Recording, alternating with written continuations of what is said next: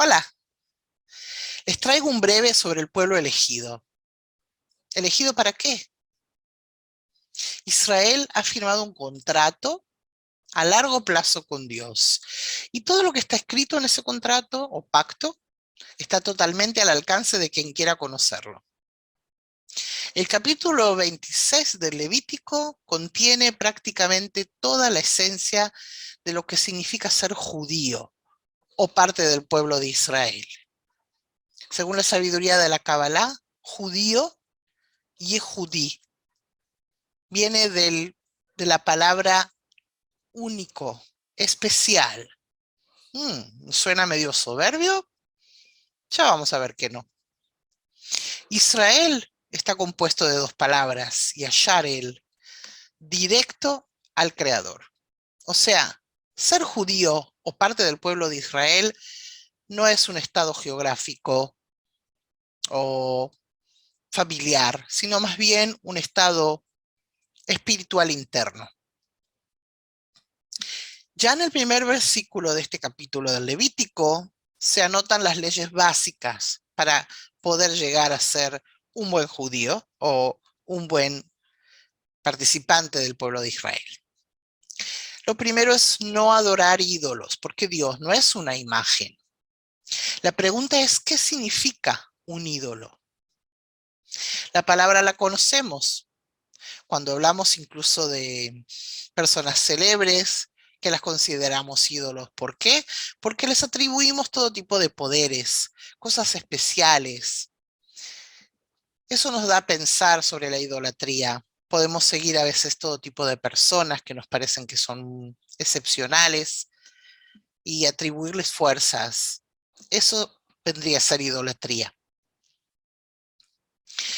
La próxima es respetar el sábado. Esto espiritualmente significa orientarse hacia la revelación del propósito de la creación. La sabiduría de la Kabbalah explica el significado del Shabbat, el sábado. Es algo más que un día de descanso semanal. El Shabbat es un estado de introspección. En ese día dedicamos nuestro tiempo y nuestro pensamiento en cosas que trascienden a la vida común diaria. Más todavía, Shabbat es el estado de la corrección final. O sea, el día que la humanidad alcance su corrección final será el día que va a llegar al Shabbat. Según esto, el Shabbat puede caer un miércoles. El próximo punto es santificar el santuario, es decir, la existencia de su poder por encima de cualquier otra cosa en el mundo, el poder de Dios. Santuario, el Mikdash, es tal cual lo que dice su nombre, algo que santificamos. En hebreo proviene del verbo leakdish, o sea, dedicar, algo que le dedicamos nuestra intención, nuestra energía, porque el santuario no se refiere a un edificio hecho de materia, de piedra o de madera. Esos santuarios son propensos a ser destruidos, mientras que el santuario interior es eterno. Y es a ese que se refiere este precepto, mantener la pureza del santuario. Claro que tiene sus ramas, como se aprende en la sabiduría de la Kabbalah, todo es raíces y ramas. En su forma ramificada en este mundo, la pureza del santuario se mantuvo durante muchos años y cuando no fue puro, el templo se destruyó, o mejor dicho, fue destruido. El pacto del pueblo judío con Dios fue que se cumplirían estos y otros decretos. A cambio de eso, Dios promete dar lluvia a tiempo, bendecir el fruto de la tierra, dar abundancia y seguridad en la tierra, además de paz y victoria contra todo enemigo, además de ser multiplicados en cantidad. Pero esto, por supuesto, no se limita solo a lo terrenal y a lo palpable. Existe la promesa de que su santidad morará entre los judíos eternamente y estos a cambio serán su pueblo, sus servidores. Esto también se puede averiguar más a fondo. Pero como en todo contrato, él da su parte, está dispuesto a cumplirla, pero si los judíos, que son la otra parte en el contrato, no cumplen la suya, el pacto queda anulado. Quien conoce un poco de cuestiones legales, si las partes acuerdan las condiciones de un contrato entre ellos, es por voluntad propia y con la intención de llevarlo a cabo. Pero la parte que viola sus obligaciones en el contrato, no solo que este queda anulado, sino que se le estipulan multas y recargas. No es así nomás. Ah, yo no quiero cumplir el pacto, yo no quiero cumplir el contrato y ya está, me retiro. Vamos a ver, Dios no necesita de los judíos ni de nadie para realizar su obra en su propia creación. Pero el pueblo judío aceptó ser su pueblo de sacerdotes, con el fin de que con sus prácticas Dios actuara a través de ellos sobre el resto del mundo para promoverlo a su próximo nivel espiritual. Haciéndolo de forma directa sería una acción unilateral, tal como lo hace con el mundo animal, sobre el cual actúa sin que sea consciente de ser activado. Dios no quiere que seamos animales o animalitos. Quiere que nosotros tengamos una parte activa en el proceso, que lleguemos a esa parte activa desde una elección. Y para eso necesita de un grupo de personas que sirvan de ejemplo. El plan de la creación tiene por propósito, como dijimos, promover al género humano a un nivel mucho más elevado que el mundo animal. El hombre juega un papel semejante al mismo creador, llegando a ese estado a través de un proceso evolutivo donde el hombre va adquiriendo conciencia y autonomía. Para eso necesita de un conducto, de un grupo de, como decir, conejillos de India, que sirvan de grupo piloto, como dijimos, de ejemplar. Al no cumplir esa misión, ocurren dos cosas muy importantes. Uno, están violando el contrato, es decir, recibieron beneficios y no dieron su parte a cambio. Dos, el resto de los pueblos están activados, según lo explica la sabiduría de la Kabbalah, para exigir esa enseñanza ejemplar que Dios quiere impartirles. Obviamente que es una situación inconsciente.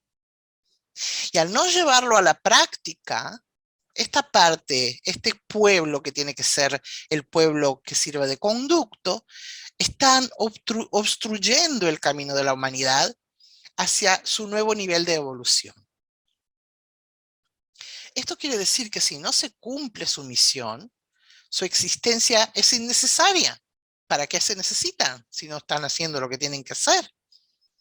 En ese caso, el creador que pactó con ellos mediante el patriarca Abraham y otros personajes líderes del pueblo judío, se retira del pacto y así retira su protección y providencia incondicional, dejándolos a su azar, ya no como pueblo, sino como individuos desamparados.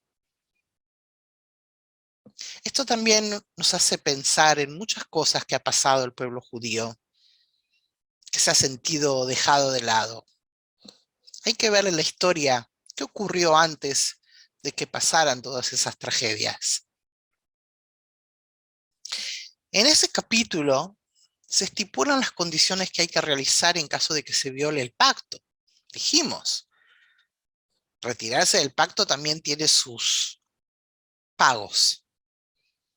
Terror, alma atormentada, usurpación de la siembra por parte de los enemigos, quebrantamiento de la soberbia del judío, caída bajo la espada del enemigo, destrucción de sus ciudades, asolación de la tierra, conquista, exilio, persecución de enemigos y una existencia errante. De no recapacitar, terminarán siendo destruidos, porque la semilla de Abraham existe en el mundo solo para cumplir esa misión.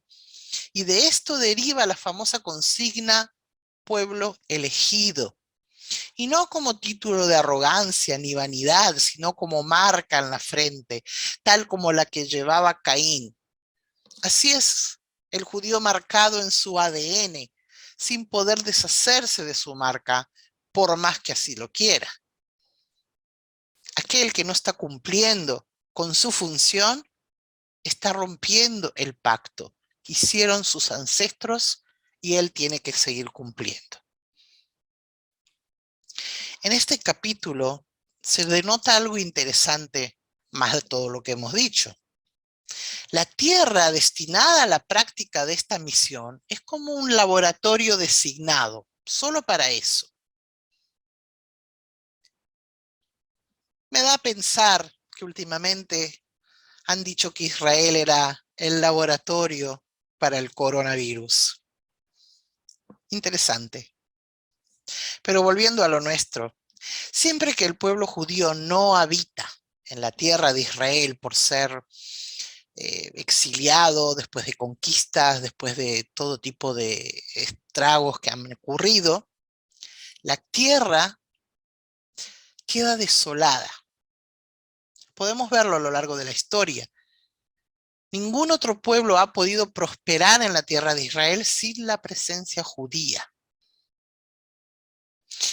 El único que puede traer la desgracia del destierro sobre su cabeza es el propio judío. Si en estos tiempos volviera a ocurrir algo así, y lamentablemente vemos que hay señas de que podría ocurrir, ya vemos que en la ONU se debaten todo tipo de decisiones de retirar el apoyo a aquella famosa e histórica consigna de reconocer el derecho del pueblo judío a su tierra. Y como ya ocurrió en 3 exilios anteriores, podríamos estar perdiendo nuestra presencia en la tierra de Israel. Y si eso ocurriera, según lo que hemos visto en la historia y según lo que está grabado en los escritos, ningún otro pueblo, ni el palestino, ni ningún otro, según este patrón, podrá estabilizarse y fundar su propio destino en la tierra dejada de Dios. Muchas cosas para pensar.